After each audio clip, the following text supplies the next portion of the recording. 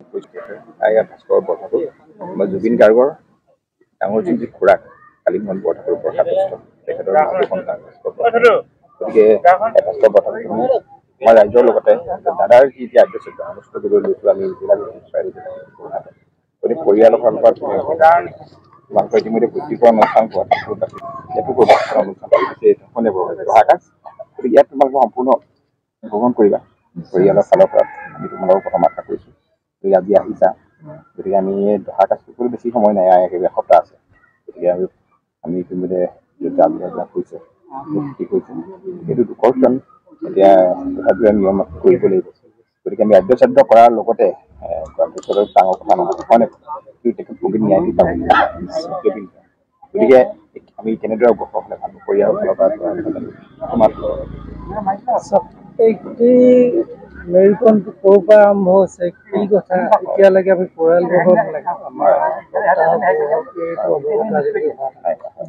সকলো এই বিষয়টো মানিবলৈ মই জনাইছোঁ যাতে দাদা তোমাৰ আমি ন্যায়ৰ কাৰণে অকল আদ্যশ্ৰাদ্ধ অনুষ্ঠানটোৰ প্ৰতি সামৰিব নালাগিব।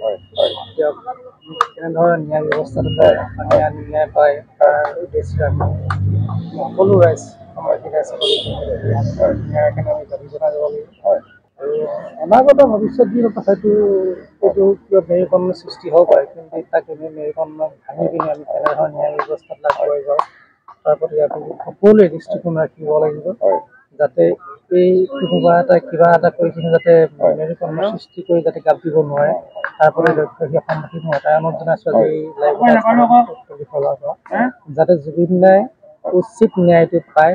আৰু আমাৰ দাবী অসম চৰকাৰলৈ যাতে সম্পূৰ্ণ ন্যায়পালিকাক যাতে আপোনালোকে বেমেজালি সৃষ্টি নকৰে, এটা সুস্থ সবল ন্যায় আমি আমাক প্ৰদান কৰে পৰিয়ালবৰ্গ আছে সেই অনুৰোধ জনালোঁ। তাৰমানে কথা এটা মোৰ ফালৰ পৰা সংযুক্ত বিশেষকৈ আমি এজন জুবিন গাৰ্গক মানে ভৱিষ্যতে জুবিন গাৰ্গৰ গান কি আছে আন সত্তা আহিব এই সত্তাবোৰক যাতে এনে যদি আমি কাৰোবাৰ ষড়যন্ত্ৰ কৰিব কিবা এটা তাকে প্ৰকাৰে যদি স্বীকাৰ নহয় যে আমি হেৰুৱাবলগীয়া নহয় সেইটো আমি সচেতন হ'ব লাগিব। আৰু এটা কথা যে আমি এতিয়া 17 অক্টোবৰত 17 অক্টোবৰলৈকে এতিয়াও কেইদিনমান সময় আছে। 17 অক্টোবৰলৈকে যে একো ন্যায় আমি চিনি পাওঁ হয়নে?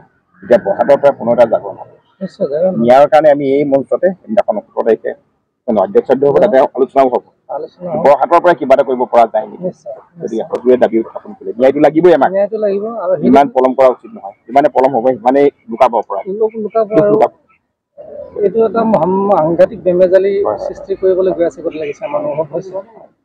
যিহেতু নেকি ইমান দিনীয়া এটা পৰিকল্পনা বুলি ক'লেও ভুল নহয়, পৰিকল্পনাত তেওঁ অন্যায়ভাৱে হত্যা কৰাইছে।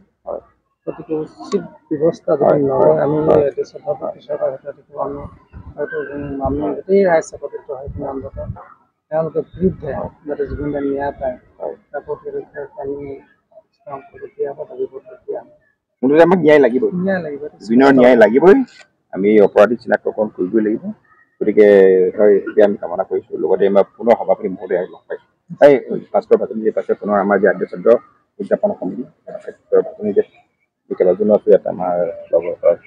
গতিকে আমি এটা কথা জানিব বিচাৰিছোঁ আপোনালোকৰ বিশেষকৈ আদ্যশ্ৰাদ্ধ আমি অনুষ্ঠিত কৰিম। আমি ভাস্কৰ বৰঠাকুৰৰ কথা পাতিলোঁ বিনিময় কৰিলোঁ কথা এটা যে আমাৰ ন্যায়টো আমাক লাগিবই। এতিয়া আদ্যশ্ৰাদ্ধ অনুষ্ঠিত কৰিম 17 অক্টোবৰ এতিয়াও কেইদিনমান আছে। বৰ দীঘলীয়া প্ৰচেছ আছে ন্যায় দিয়াৰ ক্ষেত্ৰত।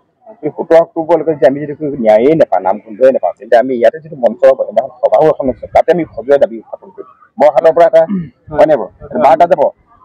আমি আপোনাৰ যিটো চিন্তা আমি তাৰ প্ৰতি উত্থাপন কৰিছোঁ।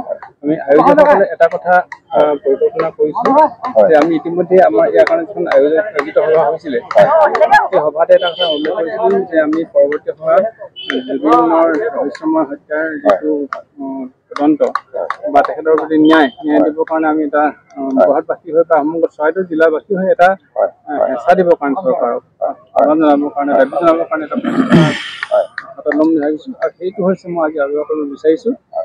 এই অনুষ্ঠানটোলৈ যিমান ৰাইজ আহিব প্ৰত্যেকজন অনুৰাগী প্ৰত্যেকজন ৰাইজৰ দাবী হস্তাক্ষৰ ৰাইজৰ হস্তাক্ষৰলৈকে এখন আমি দাবী সম্বলিত পত্ৰ চৰকাৰী পেন দিম প্ৰত্যেকগৰাকীয়ে আমাৰ এখন স্বাক্ষৰ থাকিব প্ৰত্যেকে নিজৰ নাম ঠিকনা দি পিনি সেইটো এটা ব্যৱস্থা কৰিম বুলি ভাবিছোঁ আৰু লগতে আমি এই অনুষ্ঠানটোতে আমাৰ মৰ্ম শিল্পীগৰাকীক প্ৰথমতে আমাৰ ৰাজ্য চৰকাৰৰ পৰা অসম ৰত্ন আৰু ভাৰত চৰকাৰে যাতে অতি সোনকালে ভাৰত ৰত্ন পুৰস্কাৰ দিব পাৰে তাৰ কাৰণে আমি আমাৰ পঢ়াটো এটা প্ৰথম আমি দাবী আমাৰ প্ৰশাসনৰ হাতত অৰ্পণ কৰিম বুলি ভাবিছোঁ গতিকে সকলো ৰাইজে আমাৰ এই পৰিকল্পনাত আমাৰ এই শিল্পীগৰাকী ন্যায়ৰ দাবী যাতে আমি পৰিকল্পনা কৰি তাৰ সহযোগিতা কৰে তাৰ কাৰণে আমি আহ্বান জনাইছোঁ যাতে আমাৰ আদ্য ছাত্ৰখন কেৱল আদ্য ছাত্ৰ সকাম বুলি সেইটোৱে নহয় কেইবাটাও আমাৰ পজিটিভলি আমি এই ন্যায় বিচাৰোঁ গতিকে আমি ন্যায় যদি আমি নাপাওঁ তেনেহ'লে আমি আগবাঢ়িম দূৰলৈ মানে সেইখিনি ক্ষেত্ৰত আমি তেখেতৰ প্ৰতি সন্মান জ্ঞাপন তেখেতৰ ন্যায় বিচৰা এটা ব্যৱস্থা আৰু তেখেতক আমি ভাৰতৰ প্ৰেক্ষাপটত এটা পুৰস্কাৰেৰে সন্মানিত কৰিবৰ কাৰণে ৰাষ্ট্ৰীয় সন্মান লাগে গতিকে এইখিনিকে আমি ধন্যবাদ